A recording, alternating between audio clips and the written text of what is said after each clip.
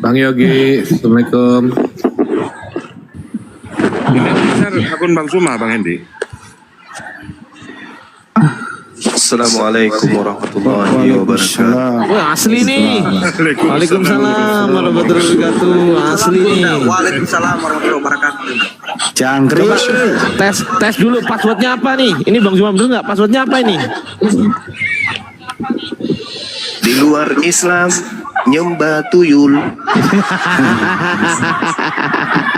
Mantap, cangkrik. Lanjut. Salah tak? Salah ya? Ini lagi sambil ngomong, diinjak lehernya sama pendeta sambil ngomong.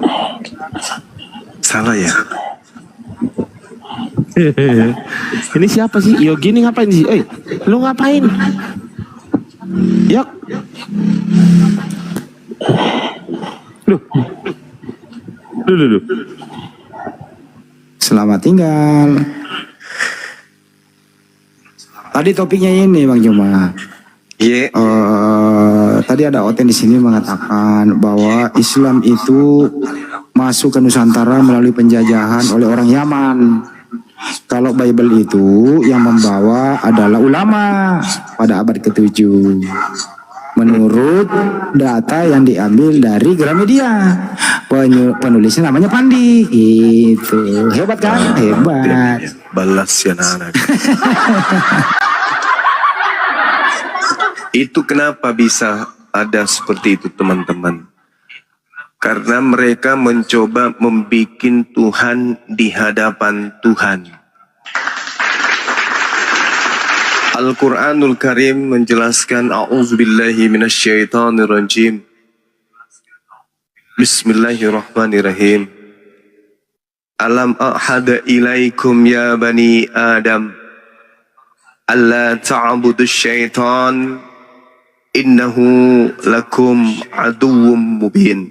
Ini Al-Quran yang menguraikan itu. Bukankah aku telah memerintahkan kepadamu wahai anak cucu Adam agar kamu tidak menyembah setan. Sungguh setan itu musuh nyata bagi kamu. Ini kata Allah.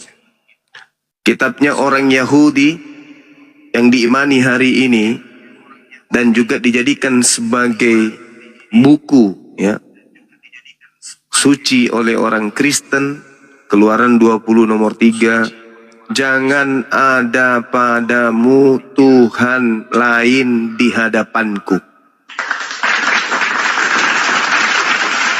Saya mau tanya nih kepada adik saya Ardiansa. Beliau adalah seorang akademisi. Ketika saudara berdialog dengan orang Kristen, yang mati menurut mereka itu siapa? Tuhan atau manusia? Manusia, Gurunda. Manusia. Yang Tuhan berada di mana? Yang Tuhan di sorga. Di surga. Berarti Yesus yang adalah manusia berada di hadapan Tuhan yang ada di surga atau kagak? Kagak, Gurunda. Kok bisa? Tuhannya yang disebut Bapa di surga. Ya. Yesusnya yang mereka juga sebut Tuhan itu ada di bumi. Pertanyaannya, apakah Yesus berada di hadapan Tuhan yang ada di surga atau tidak? Tidak, Gurunda, karena Yesus di bumi, bukan di sorga. Mate meja. Berarti Tuhan itu terbatas. Dia, bumi itu jauh dari dia. Atau bumi itu ada di hadapannya, di bawah cakupannya. Di bawah cakupan Tuhan. Berarti bumi ini ada di hadapan Tuhan. Ya. Berarti Yesus berada di hadapan Tuhan. Ya. Berarti Yesus adalah Tuhan yang dibentuk di hadapan Tuhan lain. Waduh. Perintahnya Keluaran 20 nomor 3. Jangan ada Tuhan lain padamu di hadapanku. Pertanyaannya, apakah Yesus adalah Tuhan yang dibuat, yang dibentuk, yang diimani, yang dipercayai di hadapan Tuhannya Bani Israel? Ya atau tidak? Jawab.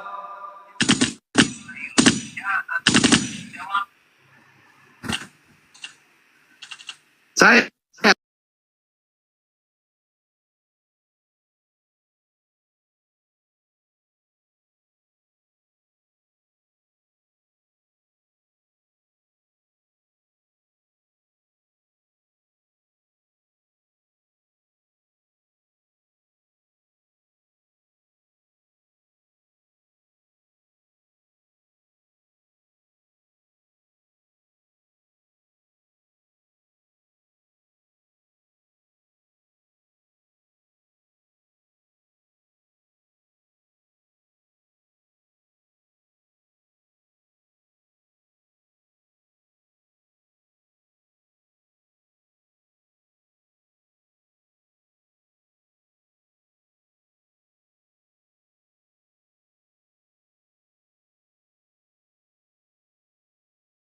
hanya Bani Israel.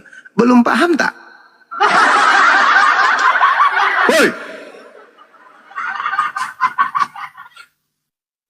Di dalam bahasa Yunani, pendalaman bahasa Yunani, pendalaman materi ya, ada kata emprosten, bukan impoten ya, bukan impoten. Emprosten. Emprosten dalam bahasa Indonesia itu artinya di hadapanku atau di hadapan. Nah, setiap orang yang mengakui aku di hadapan manusia, aku Yesus juga akan mengakui di hadapan Bapakku yang ada di surga. Matius 10 nomor 32. Berarti Yesus ini berhadapan dengan Tuhannya Bani Israel. Betul? betul Oi. betul. Nah, betul. Dari tadi betul. Maaf Gurunda lagi di WC, lanjut. Iya, tercium sampai sini. Harusnya tadi ketika ada penyembah batu zakar bertanya apakah kentut ada wujudnya, ada di sini dia. Mumpung kamu lagi di WC. Matius 10 nomor 32. Setiap orang yang mengakui aku di depan manusia, aku Yesus juga akan mengakuinya di hadapan Tuhanku atau Bapakku yang ada di surga. Berarti Yesus dan Tuhannya Bani Israel berhadap-hadapan. Betul? Betul. Nah, kita dengan Allah juga menghadap. Betul? Betul. Nah, setiap manusia itu berada di hadapan Allah, di hadapan wajah Allah. Betul? Betul. Berarti Yesus ini berada di hadapan Tuhannya Bani Israel. Benar? Benar. Nah, kata Tuhannya Bani Israel, jangan ada Tuhan lain di hadapanku. Ada nggak orang yang membuat Tuhan lain di hadapan Tuhannya Bani Israel? Ada nggak? Ada Siapa? Paulus. Siapa nama Tuhannya? Yesus. Melanggar nggak 10 hukum Tuhan? Melanggar. Melanggar.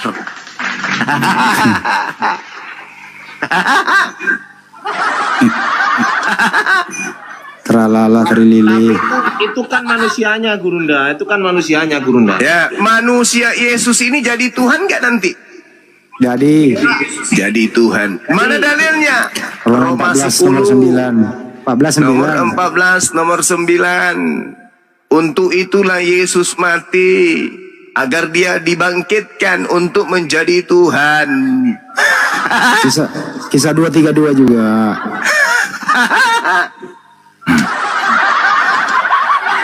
Di situ diceritakan Allah membangkitkan hambanya Yesus Untuk menjadi Tuhan.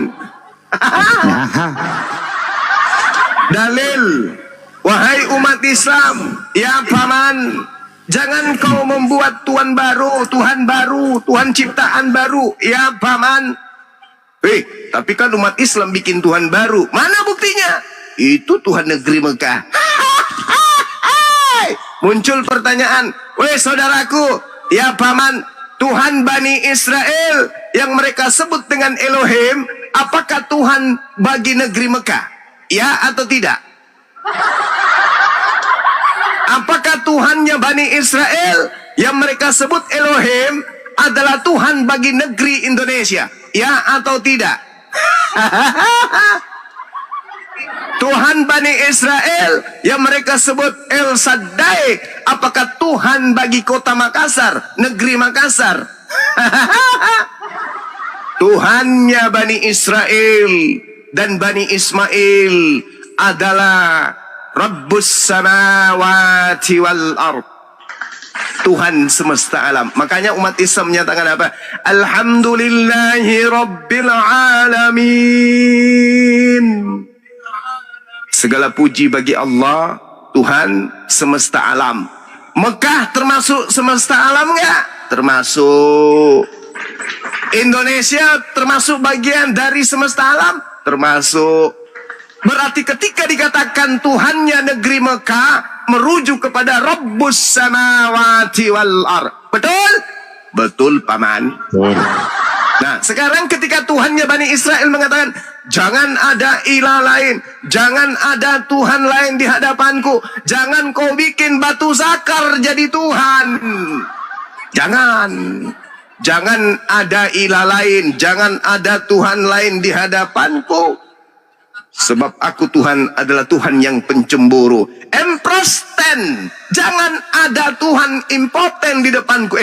Jangan ada Tuhan lain di hadapanku. Di hadapan emprosten dalam bahasa Yunani. Ternyata kalau kita membaca, Yesus ini berada di hadapan Tuhan. Matius 10 nomor 32.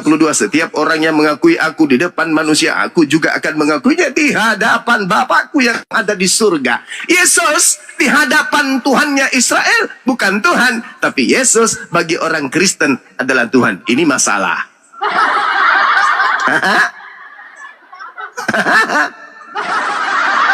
Masalah. Ketika Tuhannya Bani Israel menerangkan, jangan ada padamu Tuhan lain. Alam ahada ilaikum ya Bani Adam, Allah ta'budu syaitan, innahu lakum aduwwum mubin. Maka keotentikan daripada sembahan saudara kita harus kita uji. Benarkah yang kaum sembah itu adalah Tuhan, atau itu hanyalah makhluk halus yang ngaku-ngaku sebagai Tuhan, sebagai Nabi atau Mesiasnya Bani Israel, lalu kalian tuhankan?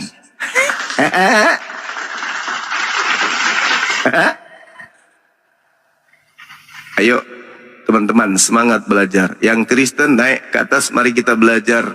Belajar dengan sungguh-sungguh untuk menggunakan akal sehat.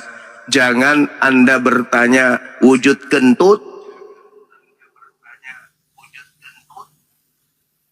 lalu Anda diberi jawaban, Anda malah tertawa. Giliran ditanya, ada nggak akalmu? Ada. Mana wujudnya? Ya, nggak bisa juga ditunjukkan. Oke, host, silakan dinaikkan.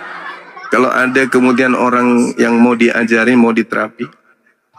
Iya, selamat malam Bang Ravindo. Bang Ravindo, selamat malam. Dibuka mic-nya, Bang. Iya, selamat malam. Ya, agamanya apa, Bang? Kristen Protestan, Bang. Oh, Kristen Protestan. Mau diskusi, Bang, atau mau bertanya? Silakan, ada Garuda Cuma di sini. Iya, Bang, mau bertanya, Bang. Ya, silakan, Bang. Gini, Bang. Aku mau nanya nih, Bang. Kenapa orang-orang yang kayak orang abang itu suka kali membahas tentang Tuhan orang Kristen? Kalaupun seandainya orang Kristen menyembah Tuhan yang salah, seandainya ya, apa masalahnya sama orang abang? Nah, itu aja pertanyaannya, Bang. Yang ditanya siapa? Saya. Ya. Saya yang ditanya. Iya, Paman. Oh iya, Paman. Ya, bagus. Ini pertanyaan yang cantik. Al-Quranul Karim ketika mendapatkan pertanyaan seperti ini, Allah Subhanahu wa Ta'ala kemudian memerintahkan kepada kami umat Islam untuk menyampaikan kepada Kristen, "Fabashshirhum bi'azabin alim." Sampaikanlah kepada Kristen kabar gembira, yaitu azab yang pedih yang diperuntukkan untuk mereka. Tuh, kenapa kami membahas? Karena kami diperintahkan untuk menyampaikan kabar gembira. Wahai orang Kristen, kalian akan kekal di neraka. Loh, kok itu jadi kabar gembira? Pada saat Anda keluar dari kecaman neraka, masuk ke Islam, Anda akan tersadarkan. Subhanallah. Terima kasih Bang Suma dan kawan-kawan. Anda telah membuat saya keluar dari lingkaran setan. Itu yang dimaksud. Innal ladzina yakfuruna bi ayatillah wa yaqtuluna an-nabiyyi bighairi haqqin wa yaqtuluna alladzina ya'murun bil qisti minan nas wa basyirhum bi azabin alim. Sampaikan kepada mereka kabar gembira, yaitu azab yang pedih. Kami harus menyampaikan ini kepada saudara. Nah, kebetulan saja kitab saudara itu banyak mengambil istilah-istilah Al-Quran, istilah-istilah dari kitab sucinya umat Islam yang datang kemudian untuk meluruskan pemahaman umat terdahulu. Seperti pemahaman saudara yang membuat Tuhan baru di hadapan Tuhannya Bani Israel. Jadi saya datang membahas Bible, membahas Yesus, membahas Paulus, membahas kitabmu, membahas agamamu, membahas sembahanmu. Karena tugas dari Tuhanku untuk menyampaikan kabar gembira kepadamu berupa azab yang pedih. Sekarang tinggal Anda mau terima kabar ini atau tidak. Kalau Anda tidak mau menerimanya dari Quran, terima dari Bible. Apa kata Yesus? Matius 7, nomor 22-23. Pada hari terakhir nanti banyak orang akan berseru kepadaku, Tuhan, Tuhan, bukankah kami bernubuat pakai namamu, mengusir setan pakai namamu, bermukjizat juga pakai namamu. Pada saat itulah aku, Yesus, akan berterus terang kepada mereka, enyahlah daripadaku, kalian semua adalah pembuat kejahatan. Aku tidak mengenal kalian, kalian semua adalah pembuat kejahatan. Pembuat kejahatan berdasarkan Matius 13 nomor 50 akan dilemparkan ke dalam api neraka. Itu adalah kabar gembira, azab yang pedih. Sekarang Anda ingin menjadikan kabar gembira ini sebagai sesuatu yang tidak berarti, silakan mati dalam keadaan Kristen. Tapi kalau Anda ingin menjadikan kabar gembira dari Bang Suma menurut Al-Quran dan menurut pengajaran Yesus, tinggalkan ajaran tersebut, maka kegembiraan Anda akan bertukar dengan kekal di dalam surga, yaitu jannah. Demikian.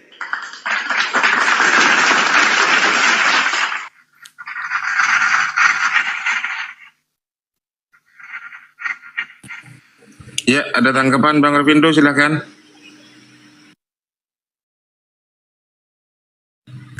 Waduh, Bang Zuma. Jadi menurut Bang Zuma, kalau di agama Kristen gak ada keselamatan gitu. Ya bagaimana mau selamat bang kalau yang disembah bukan Tuhan bang? Nah, terus saya mau tanya nih sama orang abang. Kalau seandainya saya mengikuti agama orang abang, ada nggak jaminan keselamatan di agama orang abang? Silakan dijawab Ustaz Tata. Keselamatan dalam Islam. Ustaz silakan. Ustaz. Siapa sini yang berisik? Silakan Ustaz. Mana Gurunda? Sambil menunggu aja Bang Juma, silakan. Ya kalau dalam Islam itu kullu ummati yadkhulul jannah illa man aba. Hadis ya. Setiap umatku pasti masuk surga kecuali yang tidak mau. Siapa yang tidak mau itu ya Rasulullah? Mereka yang mana atau ani dakhulul jannah. Barang siapa yang taat kepadaku ya masuk surga. Maksudnya taat di situ apa? Kunci surga apa? Menyembah Allah, mentuhankan Allah. Ya, mana dalilnya? Ayat Fusilat 30. Innalladzina qalu rabbuna Allah tsumma istaqamu tatanazzalu alaihimul malaika alla takhafu wa la tahzanu wa abshiru bil jannah. Ya, sesungguhnya orang-orang yang berkata Tuhan kami adalah Allah, kemudian mereka meneguhkan pendirian mereka, maka malaikat-malaikat akan turun kepada mereka dengan berkata janganlah kamu merasa takut dan janganlah kamu bersedih hati dan bergembiralah kamu dengan memperoleh surga. Atau ulaika ashabul jannah hum khalidina fiha. Mereka itulah para penghuni surga. Jadi jelas syaratnya apa? Kunci surga dulu. Apa kunci surga? Mengatakan Tuhan kami adalah Allah. Lalu istiqomah. Maksudnya apa? Sampai pendiriannya sampai mati dia. Ya, sampai mati mengimani Allah. Jangan sampai murtad. Gitu. Jadi jelas sudah. Mau hadis, mau Quran. Udah.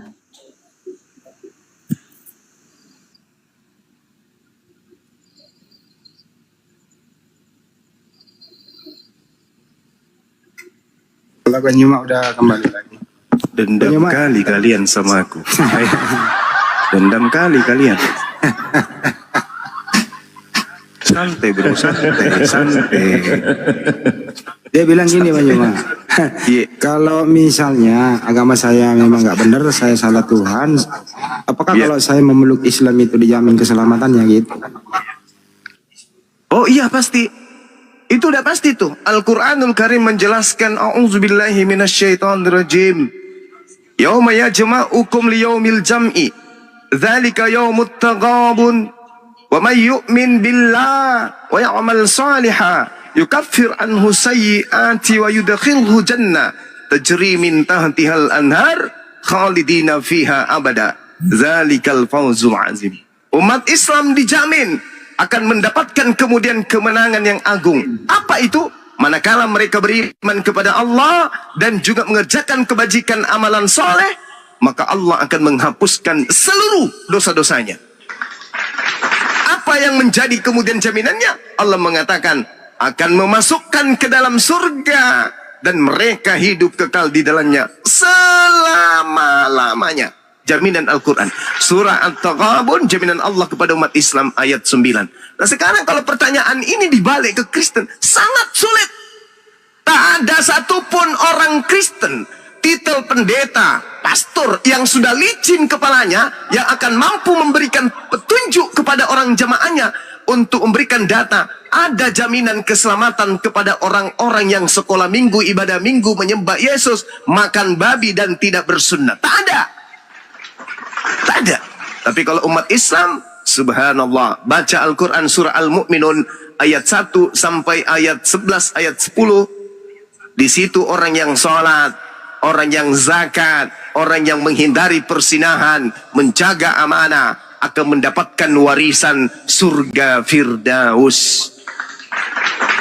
Innalladzina amanu, ya ayyuhalladzina amanu, idza nudiya lis-salati min yaumil jum'ah. Orang yang sholat pada hari Jumat, ibadah pada hari Jumat, dijamin oleh Allah masuk surga. Dia mendapatkan warisan surga Firdaus. Nah pertanyaannya kalau ditanya kepada pastor pendeta, wahai pendeta, ya paman, ada tidak jaminan di dalam Biblemu, baik itu dari Theos, atau itu dari Bapa, atau itu dari roh-roh, atau dari burung merpati, atau dari Tuhan anak, Tuhan junior bernama Yesus, menjamin keselamatan bagi orang yang dandutan pada hari Minggu, sampai kemudian kumisnya pendeta menjadi alis? Tidak akan pernah ada jawaban Anda temukan. Nah itulah indahnya Islam. Kenapa harus memeluk ajaran agama Islam? Karena Yesus anak soleh. Mana dalilnya? Ibrani 5 nomor 7. Sebagai manusia, Yesus mempersembahkan doa yang sungguh-sungguh kepada Allah yang sanggup menyelamatkannya dari kematian. Dan atas kesolehannya, Yesus doanya dikabulkan. Wah, keren. Yesus anak soleh. Yesus bukan anak sekolah minggu. Yesus bukan anak Kristiani. Tapi dia adalah seorang Muslim. Disebut sebagai anak soleh. Di dalam kitab saudara yang tidak tahu siapa pengarangnya. Ibrani 5 nomor 7. Subhanallah. Silakan. Jangan main lapor dong. Santai aja duduk. Silakan Bang Revindo ditanggapi.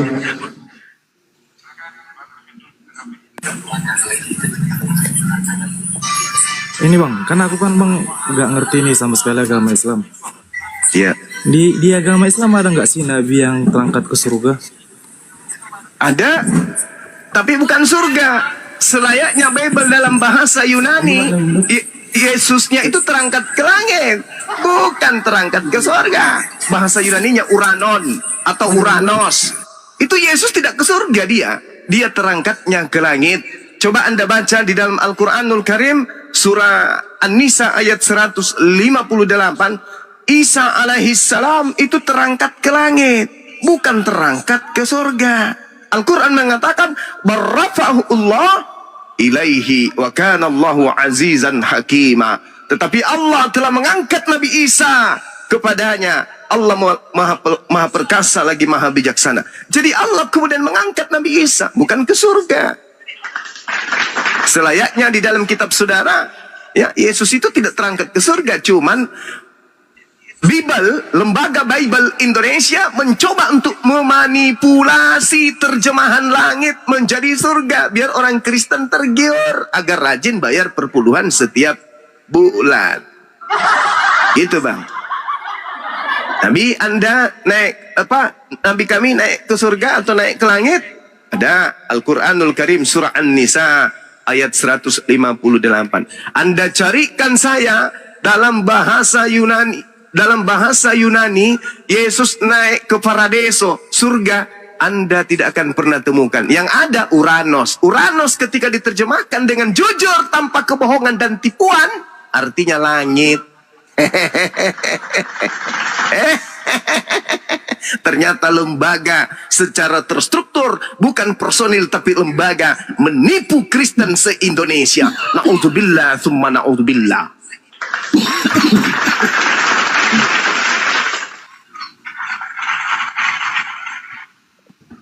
Ya, sebelum ditanggapi Bang Revindo, saya sapa dulu ya. Bang Merindo Koto, selamat malam. Marlindo, selamat malam Marlindo. Mas Aha mungkin mau masuk, Mas Aha, silakan Mas Aha. Mati meja. Iya bang. Ya silakan, Marindo saya turunkan dulu ya, nanti teman Kristen yang lain. Kalau dalam Islam itu ada berapa nabi yang diangkat Bang Zuma? Allah Subhanahu wa taala menjelaskan di dalam Al-Qur'anul Karim. Surah apa ayat? Ayat berapa itu? Masya Allah. Diterangkan kemudian, itu surah apa itu dek?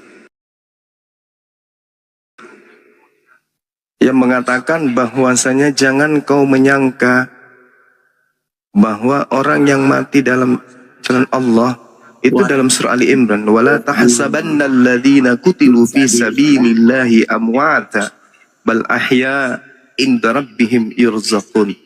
Jangan Nabi, seluruh orang yang mati dalam jihad berjuang di jalan Allah, semuanya terangkat dia ke langit. Al-Quranul Karim surah Ali Imran ayat 169, itu data. Saya menjawab sesuai dengan data yang ada di dalam Al-Quranul Karim. Siapapun itu, bukan hanya sebatas Nabi. Hari ini kemudian kami menyatakan la ilaha illallah. Kami gaungkan kemudian Islam adalah agama hak. Lalu kemudian kalian ada yang usil, dar menembaki kami dan kami mati. Insya Allah. Ini jaminan dari Allah. Ali Imran ayat 169. Wala tahsabanna alladhina qutilu fi sabilillahi amwata. Makanya umat Islam itu tidak pernah takut dengan kematian. Mati dalam memperjuangkan dinul hak, dinul Islam, maka dia jaminannya jannah. Silakan. Terus apa bedanya dengan kenaikan Nabi Idris dan Nabi Isa? Apakah Nabi sama? Idris Iya, dan Nabi Isa alaihissalam kan diangkatkan kedua Nabi itu. Nabi Idris alaihissalam bedanya dengan Nabi Isa alaihissalam. Nabi Isa alaihissalam itu ditolak oleh kaumnya dan diusahakan kemudian dibunuh oleh kaumnya, dan kaumnya melakukan makar tipu daya. Wa makaru wa makarallah wallahu khairul makirin.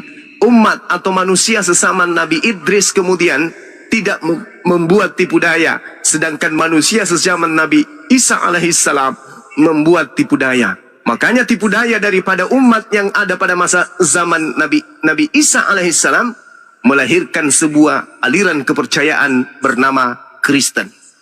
Itu buah dari makar yang mereka buat. Kristen ini adalah buah dari makar, tipu daya, muslihat yang dilakukan oleh ahli kitab. Sehingga melahirkan sebuah sekte aliran baru, buatan mereka sendiri yang disebut Nasorios, Kisah Para Rasul 24 nomor 5.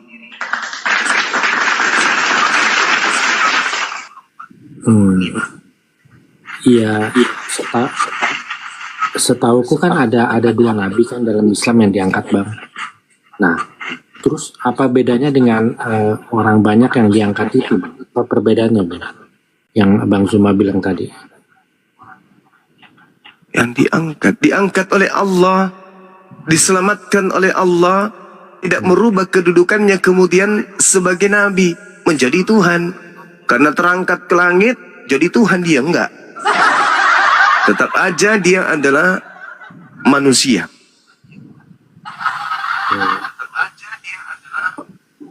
Bukan itu pertanyaanku Bang. Maksudnya kalau dalam Islam ini ada berapa nabi yang diangkat? Karena setauku itu kan Nabi Idris dan Nabi Isa atau ada nabi lain Bang? Al-Quran menerangkan bahwa telah diutus beberapa rasul sebelum Nabi Muhammad sallallahu alaihi wasallam. Kata Allah, sebagian aku ceritakan kepadamu dan sebagian juga aku tidak ceritakan kepadamu. Jadi bagi kami, nabi-nabi yang lain siapapun itu, mau 2 nabi, 3 nabi, 4 nabi, 100 nabi diangkat oleh Allah ke langit, itu tak ada hubungannya kemudian dengan kaidah Islam. Al-Quran datang hanya membantah tentang dibunuhnya Nabi Isa alaihissalam. Maka Al-Quran kemudian menerangkan Nabi Isa tidak dibunuh, melainkan diangkat oleh Allah subhanahu wa ta'ala. Jadi yang dibunuh adalah orang yang diserupakan. Dan itu juga dibuktikan oleh Bible bahwa yang dibunuh ini adalah orang terkutuk. Yang dibunuh ini adalah pengkhianat. Yang dibunuh ini adalah orang yang kemudian makan uang suap. Itu dibuktikan oleh Bible. Berarti Al-Quran tidak salah. Silakan. Iya. Pertanyaan aku bukan itu sih Bang. Tunggu dulu Bang, di mana tertulis di Bible yang disalibkan itu yang memakan uang suap Bang? Di kitab mana Bang? Ulangan 21 nomor 22 dan 23. Di ulangan belum ada kisah penyaliban Yesus Bang, itu perjanjian lama Bang. Ah, gitu ya? Diulang, iya, Abang. Tapi Paulus mengutip itu. Iya, saya nanya di mana Bang tertulis, jangan dibawa ke ulangan, soalnya itu perjanjian lama Bang. Lah, Paulus sendiri yang mengutip itu gimana dong? Di mana Paulus mengutipnya Bang? Galatia 3 nomor 13. Sebab ada tertulis, terkutuklah orang yang digantung di atas pohon. Nah, di mana tertulis? Di atas pohon. Iya. Galatia 3 nomor 13. Galatia 3 nomor 13. Bentar ya Iya. Bang ya. Siap. Galatia 3 nomor 15. 13. Kristus telah menebus kita dari kutuk hukum Taurat dengan jalan menjadi kutuk karena kita. Sebab ada tertulis, terkutuklah orang yang digantung pada kayu salib. Iya. Tuh. Jadi karena itu Abang bilang Yesus yang memakan uang suap tadi ya Bang? Justru bukan Yesus yang makan uang suap kan? Tapi tadi Abang yang menyaksikannya Bang, bahwasanya Yesus mati karena memakan uang suap. Bukan. Saya tidak mengatakan Yesus yang matikan uang suap, tidak. Yang Abang tadi kan menggantikan membawa Bible. Abang bilang di Bible itu ada tertulis menyaksikan bahwasanya yang disalibkan itu bukan Yesus. Digantikan sama Memang bukan yang... Yesus. Memang bukan Yesus. Tidak ada Alkitab mengatakan Yesus tidak Yesus yang disalibkan. Tidak ada Siapa Yesus bilang? mengatakan. Saya yang bilang Bang. Saya nggak pernah baca itu. Coba Anda baca Yohanes 13 nomor 4. Bentar ya Bang ya. Iya. Yohanes 13 nomor 4. 13 nomor 4. Lalu bangunlah Yesus dan menanggalkan jubahnya. Ia mengambil selai kain lena dan mengikatnya pada pinggangnya. Oke. Siapa yang menggunakan kain lenan? Yesus ya? Ya, betul. Bisa Anda baca Markus 14 nomor 50 sampai nomor 52? Markus 14 nomor 50 sampai 52.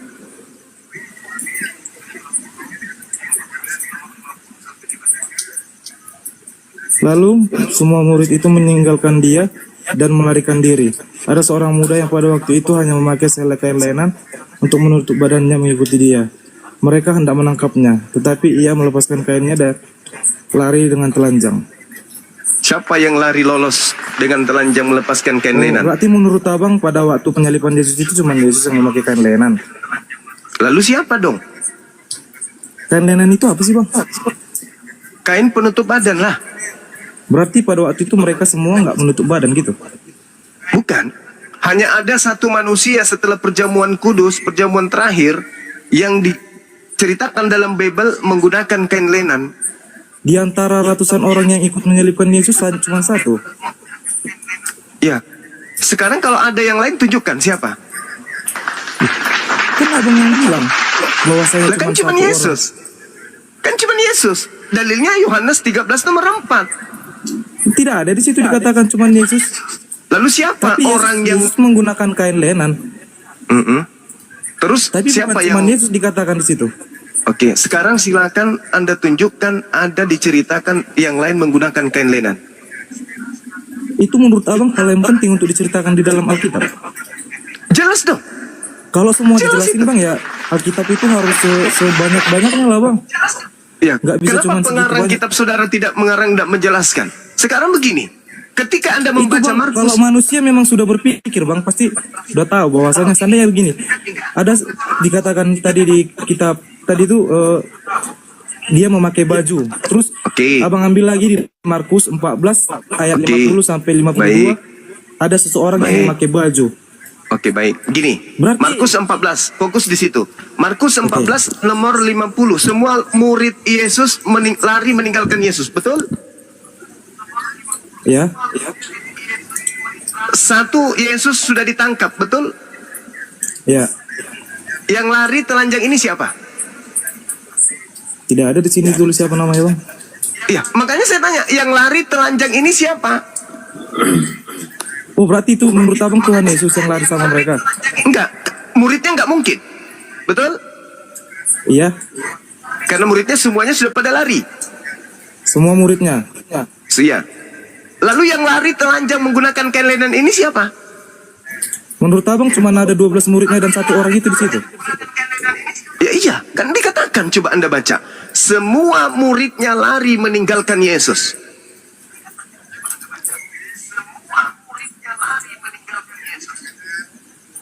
Lalu yang satu ini siapa? Berarti asumsi abang yang menggunakan kain lenan itu Tuhan Yesus ikut lari sama mereka. Kalau bukan Yesus, tolong tunjukkan siapa yang menggunakan kain lenan itu.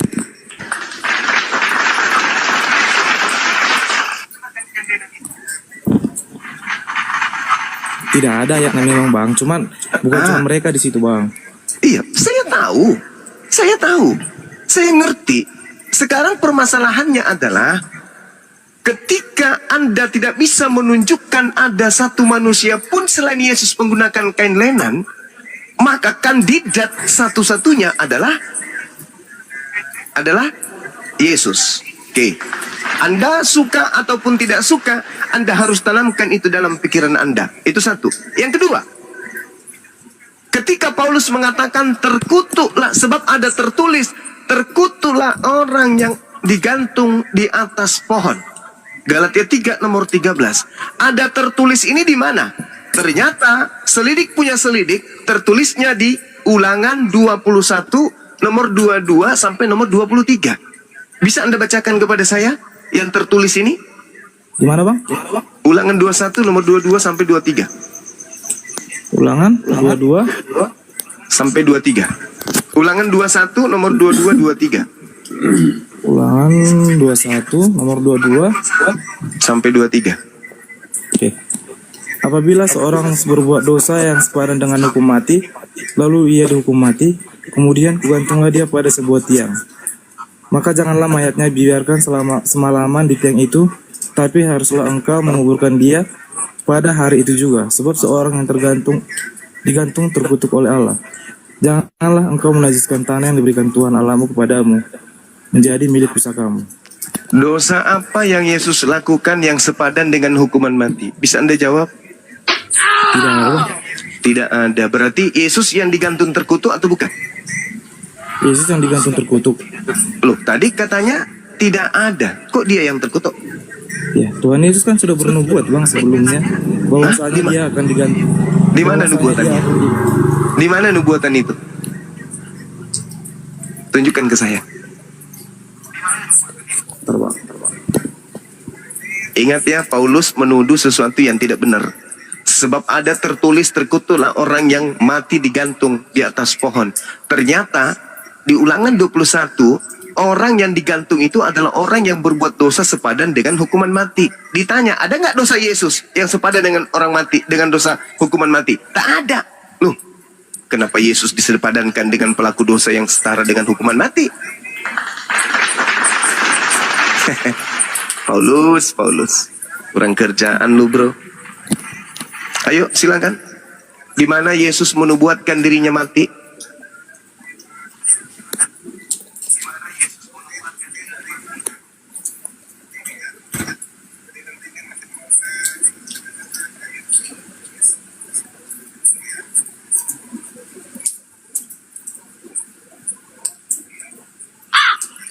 Yohanes 19 ayat 28 30. Bang. Oke. Yohanes 19 Silakan. ayat 28 sampai 30. Oke, silakan Anda baca. Sesudah itu karena Yesus tahu bahwa segala sesuatu telah selesai, berkatalah ia supaya genaplah yang tertulis dalam kitab suci. Di situ ada suatu bekas penuh anggur asam, maka mereka mencucukkan bunga karang yang telah dicelupkan dalam anggur asam pada sebatang hisop, lalu mengunjukkannya ke mulut Yesus. Sesudah Yesus meminum anggur asam itu, berkatalah ia, sudah selesai. Lalu ia menundukkan kepalanya dan menyerahkan nyawanya. Nah, apa yang tertulis? Mana nubuatannya? Mana nubuatannya, Bu? Sesudah itu, karena Yesus tahu bahwa segala sesuatu telah selesai, berkatalah ia, supaya genaplah apa yang ada tertulis dalam kitab suci. Apa yang tertulis dalam kitab suci, Bu? Aku haus. Itu. Atau yang mana ini? Yang tertulis dalam kitab suci yang mana yang dimaksud?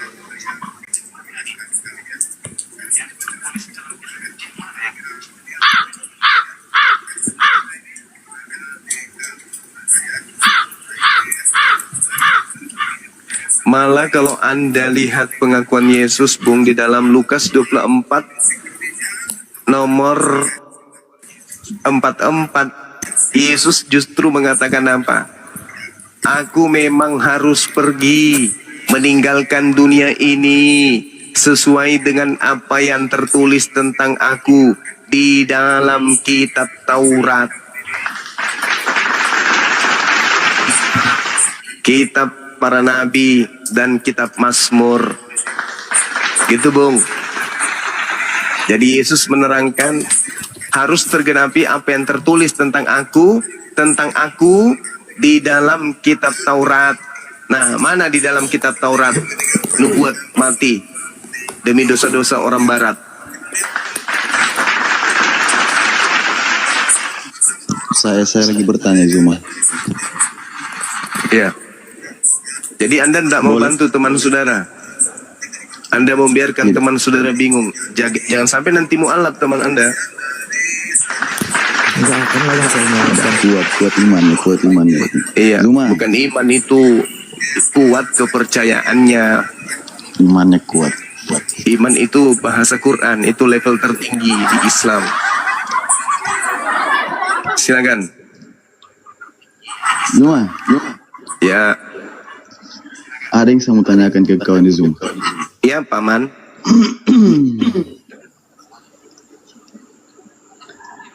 Kau jelaskan dulu ini. Apa tuh Paman? Hadis Abu Daud nomor 2131. Ya. La haula wala quwata illa billah. Tunggu. Pertanyaannya belum ada. Apa pertanyaannya? Kenapa kutunya Muhammad dicari sama istrinya orang? Kau jelaskan dulu. Dalilnya mana? Itu. Mana? Coba bacakan ke saya dong. Hah? Bacakan ke saya. Saya bacakan ke kau. Iya. Ini saya bacakan ke kau. Ya. Rasul